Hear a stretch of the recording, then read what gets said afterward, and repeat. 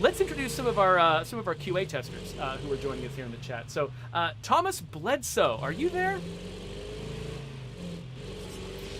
Yes, I am. This is Thomas Bledsoe. He is part of our QA department. He was embedded with our mission designers mostly, though I think all of you contribute to some degree to basically testing all of the game. But each of you sort of had a sort of an area of specialization. Is that fair to say?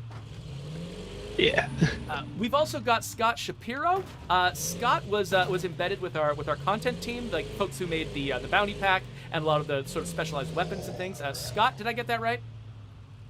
Yeah, and I also was on a stream once, like 2 years ago, and my camera doesn't work. So hi. So those of you, who have met Scott, Scott has been a really a fun contributor to this stream. We're happy to have them here.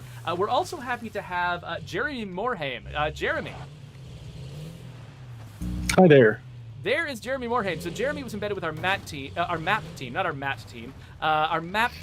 And so a lot of the stuff that you're seeing around here, the fact that, all of these posts are firmly rooted in the ground probably has a lot to do with Jeremy catching them when they weren't. So it's really great to have you all here. And now I've gotten stuck. I've gotten high-centered. This is wonderful. Cool. I don't need this car anyway. Who needs this car? This is garbage. Let's move on. So you folks... I would love to give the audience a sense of what your job as QA testers is like, sort of over the arc of a project like this, because you didn't just come in at the very end to find all of the mistakes that we had made. You three have been involved in building Update 26 for a year. You've been embedded with this team for ages, right from the very beginning. So does anyone want to sort of like give us a sense of like what you start out doing on a team when we haven't even built anything yet? For one, like making sure that things are feasible to be tested. Like if there's a too big of a scope, like, we're gonna add, 3 times the size of the map, and then we're gonna have to okay, maybe we can get extra people to help us out with, and then for narrative stuff that we worked on, some tools that might help us test things that pop up that we might need. Yeah, it is very easy for game developers to just get basically too big for our britches to imagine, oh, what if I made a system that generated just tons and tons and tons of random content? Sometimes that sounds really fun to me, but I need a tester to tell me, hey, wait a minute, how exactly am I going to be able to test that? That it's kind of a problem that we've created with this game because so much of it is procedurally generated. From the characters to the names to the order in which missions fire, and trying to test this stuff has actually, sometimes we make absolute nightmares for you folks, don't we? Yeah, I think as far as at the very start of testing, we kind of get everything imported, especially from for Trumbull Valley, taking everything from from that map from Heartland over to Fostite, which is now Trumbull Valley. Yeah. We had a lot of issues where it was just okay, well, we have to check everything from Heartland to make sure that is all working, as well as also looking at the newer content. So looking at, actually looking at Marshall and then looking at the Fairfield and everything like that. So we just wanted to go ahead and fully at the very start of everything, just make sure to verify that there wasn't anything broken. You couldn't get out of the map or fall through the map or anything like that. So it's very, very small at the start, but we want to make sure that it's as close as it can be to where we can test it. So yeah, because make sure all the sidewalks can actually be walked up onto. Oh, that is something that I should definitely call attention to. So yeah, we've got a very short video that's going to come out on our YouTube channel pretty soon that I actually made while I was preparing for our previous stream, where I was running back and forth across the curb in Marshall. I should head over there and show that off, because that actually is a lovely advancement that we have that we made to the game. This is probably a good spot to start heading towards. But yeah, there were sidewalks that aren't surmountable. Oh no! Have I got my stuff stuck again? Good. I did. There we go. go. Your band. I am very bad at this game. Oh wow! Look at me. So each time I hit this obstacle, it's knocking me off in a different direction. Okay, there we go. Finally. We're gonna make this. It's gonna be okay. Everything's gonna be okay. So you all, I mean, So there were a lot of things because we already had a working map to start with. We already had the Heartland map, and obviously there had to be a lot of changes made to that map in order to become what Trumbull Valley is today. Not just the fact that Trumbull Valley added this whole new section of Fairfield, this whole new section up here for Mount Tanner, but also we needed, we were going to build 6 entire new bases. We were going to age the map and make, major changes to the layout in order to sort of to reflect the passage of time. So like from the very beginning, we already had a map for you to test, and then we had constantly every day new stuff was coming in and altering what had been there before. So I mean, is it hard to keep up with all that? I mean, once the team really starts to get going, you go from having no bugs being passed into your testing column to suddenly we're just resolving them like crazy, completing tasks like crazy. Does it get overwhelming? What do you do? Well, I guess as far as map site goes, the having a plan for each one of the sections is always good. Like when we brought in the new sites, which were just like the new buildings, the new outposts and everything, we wanted to make sure that we wanted to do a full gambit of testing on all of that. That goes into like Spencer's Mill, that goes into all the different areas inside of the map. So, having a plan of being like, well, I have to go on every single site. I have to make sure that every container can be looted, and just probably kind of making like a list and more or less just like a checklist of every single thing. Keeps it well organized, because if we didn't have that, we would totally get drowned in all the different additions that actually came through. So yeah, and we had test plans, we had different things too, and I also want to call out that MSQA, which is our actual third-party testing group, actually helped so much in that, because we would actually write up the test plans, and we would have a lot of the different test cases, and then they would actually execute those test cases, and they did a perfect job at bugging everything and making sure that this was very stable. So they did a really good job too. So there's actually a lot of variety in sort of the QA profession, because you three were the sort of the full-time testers who were embedded on our teams, planning out, and organizing how we were going to test this stuff. But as far as sort of the bulk sort of person power that goes into just getting the sheer amount of coverage that it takes, that was a whole different job that was done by some folks who were outside the studio. That's correct. Yeah. MSQA, which is our actual Microsoft QA that's over in Tempe, Arizona. We've worked with them pretty much as we possibly could, and it helped give a lot of exposure for a lot of the different areas inside of Trumbull Valley. So they did a bang-up job on everything. Oh, hey, there was one question that I missed during the previous section that I should get to. Silverio Silverini asks, are these graphical changes PC or console exclusive? No, everything that you're seeing here, I'm playing this on a console right now, but everything you're seeing is shared across all platforms. We do our best to make the platforms as similar to each other as possible, including, this is the thing that Scott called out, look at this! You can run back and forth across this curb all day if you want to, and it's totally fine. This is a long-standing problem we had in Heartland, where some of the curbs in Marshall caused a big problem to characters trying to run across them. But one of the programmers from Valkyrie actually finally figured out how to solve it. It was sort of a physics problem deep in the map that I don't know how to explain, but it was bigger. It was a bigger issue than just sort of normal geometry, and we finally have got this fixed. But we rely on folks like this QA team to find stuff like that, because it's really easy when you're building something like this just to not happen to test some of the stuff that could go wrong. Like for instance, when I was working on the missions for the Red Talon base, we ended up accidentally making a character invincible. They were incapable of taking plague damage. They were incapable of taking injuries. But unfortunately, when I was testing that mission, I never actually took that character farther. I would just make sure that the character made it into the game, and then that was it. And so, like, a big part of you guys' job is sort of figuring out what are the developers not thinking of. Like, we're like got laser focus on just solving the immediate problems that are on our task list, but somebody has to think about, well, what are we not going to do? And you have to think about that well in advance, like before we've even built anything, which is impressive to me. I mean, a lot of your job is not just playing a video game and seeing what goes wrong. a lot of it is figuring out, anticipating what can go wrong in a video game and planning ahead to test for all of it. And saying some like, of it- oh, go ahead. All right. So some of it is like they're like even a design team will lay out what it is they want to implement, and then since we're embedded with the various teams, you get to look at it and say, oh, this would be impossible to test, or technically it's like, oh yeah, no, we can do this, except it would be very strange to make sure it actually works correctly. So just be aware that is going to take a lot of QA resources. For items for this big update, there wasn't a whole lot of that.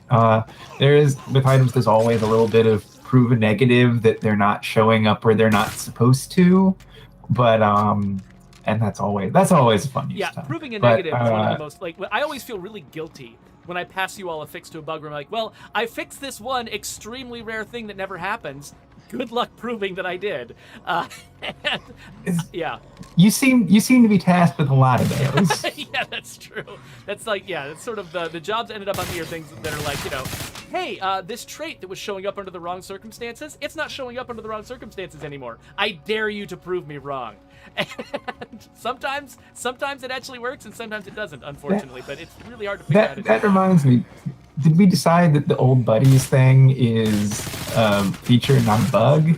Which old buddies thing are you talking about? Now so the companion who gets blood plague in the old buddy start gets construction, except some of the traits that are available for him give him utilities instead. Oh, that's what? I don't remember if we fixed that or not. That does sound familiar, but maybe I don't think it got fixed. Probably not. So I think it was decided it's a little Easter egg or now something. I need to take notes. Okay, utilities. No. Buddies. Okay, now I've got a job to do. I think it's neat, and Scott. personally, I use the utility start because for an experienced player, it's generally better than construction. So I guess that is true. That is a good point. So we've been bringing up a few bugs here. I'm curious if any of you have favorite bugs you ran into while you were working and developing the Trumbull Valley update. If there's anything that stands out as being sort of a favorite. There's a couple ladder ones that I liked. That did you say ladder bugs? Yeah. Yep. There was one where there's a ladder that's completely blocked off, but you can still climb it, and it leads you to the top of the building and just drops you 2 stories down.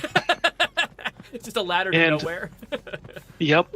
And another one where there was they use ladders to kind of build a walkway that's more visual than anything, but they were still considered ladders. So one of the devs found that you could actually climb the ladder at a 45-degree backwards up into the building. Climbing underneath the ladder like it's a set of monkey bars? Yeah. But you're almost like this, walk backwards. And of course the animation was not created to look like somebody was doing that, so they just looked like Spider-Man, basically. Yep, it was pretty funny. What about you, Jeremy or Scott? Well, I guess the funniest one was the most recent one that we have. So Valkyrie actually put in a new change. I think it was maybe in CU25 or possibly in this content update, where screamers, when they actually scream, they break windows. That's right, yeah. Which is great. We were actually testing it out on multiplayer the other day, and as we were in a car, 4 people in a car, one of the screamers actually screamed and broke the windshield, and when that happened, it actually crashed the game. Oh, that doesn't sound fun at all. No, it was a quick fix because we were getting so close to releasing everything. But I think that was one of the more fun ones to see because it's definitely an edge test case. And like you said, Geoffrey, we have a lot of things that we put out live, and we never expect that actually is going to happen. And then we get reports of actual hordes coming and just spawning in front of cars that we never would have even seen in our actual testing. So it's always fun to see edge test cases and try to, fix those as they come along. Yeah, because one of the challenges of the fact that we have a game that has been played by 10 million people, more than 10 million people by this point, is the fact that if something happens, once in 1,000 times, which is it seems like a very rare, very small bug. That means it's going to happen to like 10,000 people. If there's a barrel. And so even if something's a very low incidence bug, it only happens 1 out of 10 times, 1 out of 100 times. It's still a serious issue, and unfortunately, proving that it's fixed can be really tough because you've got to just test something until you've done it like 100 times to prove that it won't happen 1 out of 100 times, which is a lot of work. Yeah, absolutely. And with that too, we could go ahead and test it, 100 times, and we could go ahead and try to figure it out as much as we can. But you'll never be absolutely able to get reproduction steps for a lot of the stuff that comes in too. Mostly just because sometimes we don't have the full information. Sometimes there's the human part of it too, where I could go ahead and do all these different reproduction steps that I think is right and actually isn't right, and then think that it's something that's not a big issue, and then it actually becomes a big issue. So it's kind of tough. It's a balance between being able to test that stuff and test all the content before it comes out, and then having something happen later on that we definitely could not have seen. So. And actually, you're talking about reproduction steps, for instance. So we just, for instance, went live with this update in our beta, in our public test realm on Steam, a week in advance before other people got their hands on it. Normally, we'd actually like to do it a little bit longer than that, but that's sort of the time that we had available to us. But one of the things that happens is, we'll get the audience members reporting bugs to us, saying, "Oh, hey, this weird thing happened." And that will be the end of the information they give us. And so a huge part of the role that you guys play during the beta period, it's not like you stop having to do your job once we got a bunch of playtesters out there in the world. When somebody sends us information about a bug in the beta, you still need to demonstrate to us, to the devs, how that bug actually works, which means a lot of investigation. And so, like for instance, when you're talking about sort of like repro steps, like what does that actually stand for? Like what does that mean?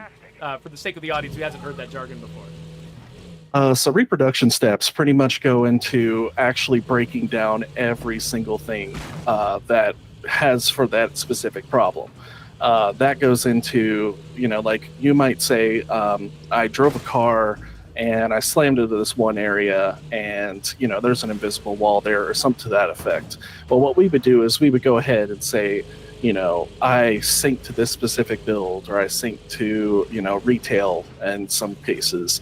I need to spawn a vehicle. I spawned a vehicle. I started driving. I went over to this area at these coordinates, and I hit this part right there. When we try to get as much information as we possibly can, whether it's screenshots or it's a video of the car hitting in that specific area. So the reproduction steps are, breaking down things to the absolute step-by-step process.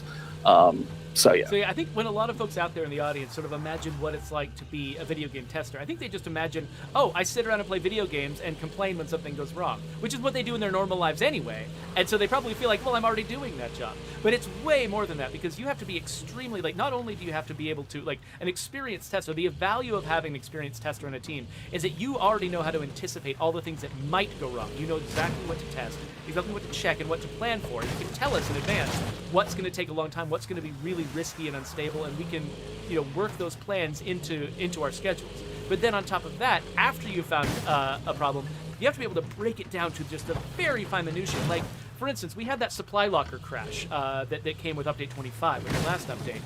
And, we had audience members reporting it to us, and each audience member told a different story about what series of actions had led them to have that bug. And so somebody on our team had to figure out what the real reproduction steps were. And it ended up being something really kind of surprising and arcane. Yeah, absolutely. With everything when it comes to testing as well, too. I mean, you think that it's a great job to be able to play games for 8 hours a day and, nothing's going to be out of it. But in essence, after you play the game so much and, it just becomes it is a good job. It's a rewarding job. But on that side of it, too, it's not as fun as you think it is. Yeah, I mean, like, so- if somebody wants to imagine what it's like being a game tester, I usually like, and tell me if this is accurate. It's like it's not really like playing your favorite game and having a great time. It's like playing the most messed up game you've ever played in your life and having to play the worst parts of it again and again and again and write an essay about it, which is just a complete. I mean, even if you end up loving the game you're working on, when it's first being built, when it's brand new, no game is good. Yeah, exactly, absolutely. And the other testers that worked on this content too can go ahead and say some more stuff about it too. But as far as for me, I mean, I love State of Decay. I enjoy it a lot, but once you play for so much and you have to report so many things, it gets to be kind of crazy too. So yeah, it's a good job though. Yeah, the other fun thing about testing is, like you said, it's like you think you're playing games all day, but sometimes you could just be doing one part of that game. Like, example of like playing a game where you're raising ponies and you could brush their hair. You'd have to brush their hair 100 times just to make sure nothing breaks. Which apparently was a real test for a game, I was told. Oh yeah, I'm sure. By the way, I just have to point out one of the advancements in this map. You can. This is basically Lawn Mowing Simulator right here, which is a real game, but you can play some version of it here in the cornfields of Trumbull Valley, which is, I believe, not something you could do in an earlier version of the map. No, it's in Heartland. Oh, it's in Heartland, but it's just not in Yes. State of Decay 1.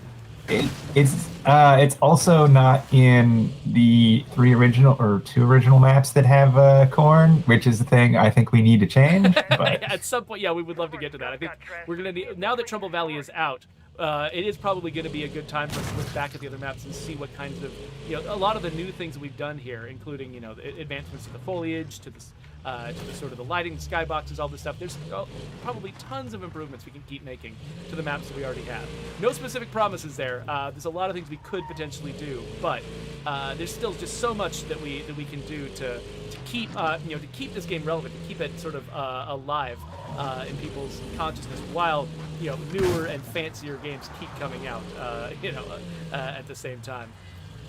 and like you say about keeping the game relevant, that's like, as a tester, we spend a whole lot of time with very broken things. And like, personally at least, like, when a update finally comes out, being able to go into a normal personal account and play the finished product that is actually well put together instead of full of bugs, and it's in some ways a different experience. And it's also nice to just be kind of like, oh hey, this really came together, or oh hey, I remember when this didn't work at all because it was put in wrong, or I remember when this gun was really, really underpowered and there was no reason to use it. In 3 different meetings I said that, and it finally got changed. Which didn't happen this time, but there have been a couple of guns that were in the bounty packs, because I spent a lot of time on that team.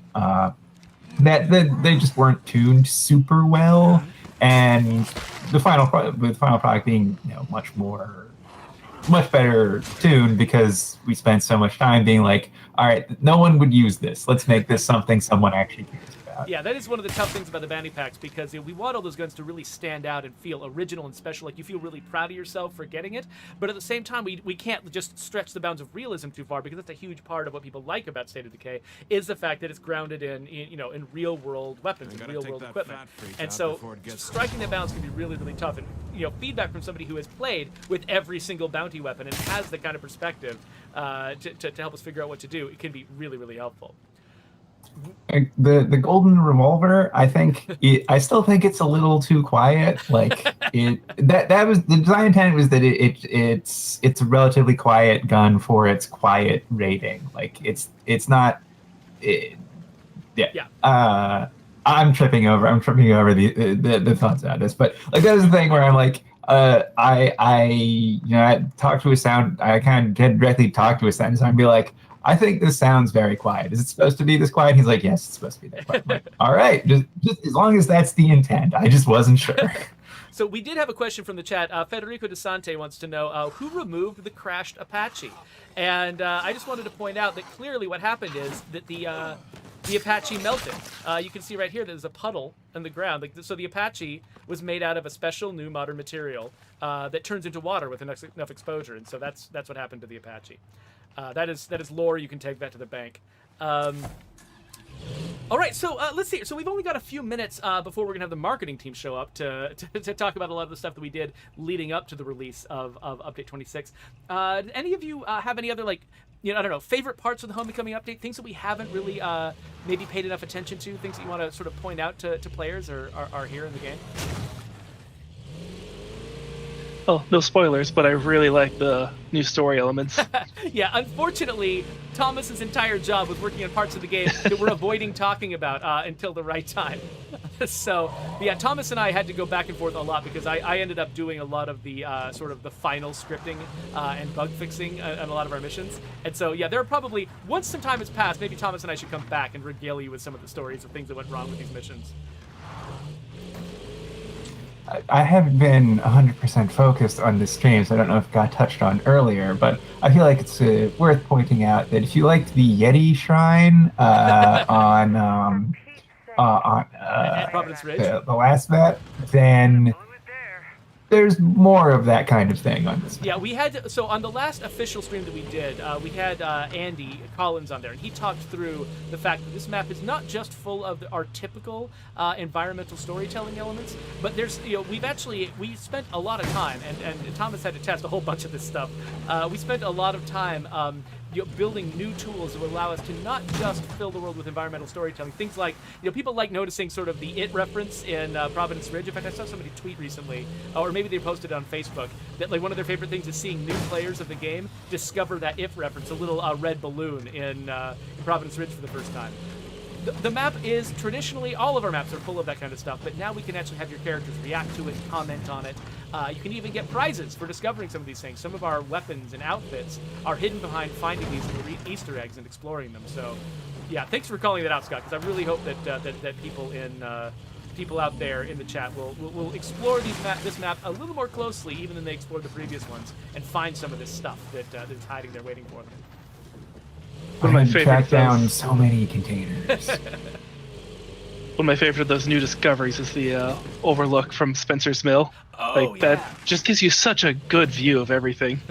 Yeah, that's true. That's always been a huge. I mean, Brant and I used to end streams in State of Decay 1 by just jumping off that cliff and seeing what happened to our character. And so, yeah, seeing that some of those like favorite places called out specifically and given sort of a little bit of extra love and attention has been really fun for at least for me as a as a longtime fan of State of Decay, in addition to being a developer in the game. Jeremy, you got any favorite stuff? Yeah. So in Fairfield and Fairground area, I just wanted to let everybody know that the bell that's really close to the Red Talent base can be shot, and it actually does make an audio cue. Oh, that's right. So if you're on lethal and you really want to die, I would suggest shooting that bell, because it really sucks when you do that. It's just like the bell in Providence Ridge that you can shoot from was it the lumberyard base, or was it the firehouse? I'm trying to remember now. I think it's the firehouse. Firehouse, yeah. So it's just like the firehouse bell. So yeah, have fun with that, players.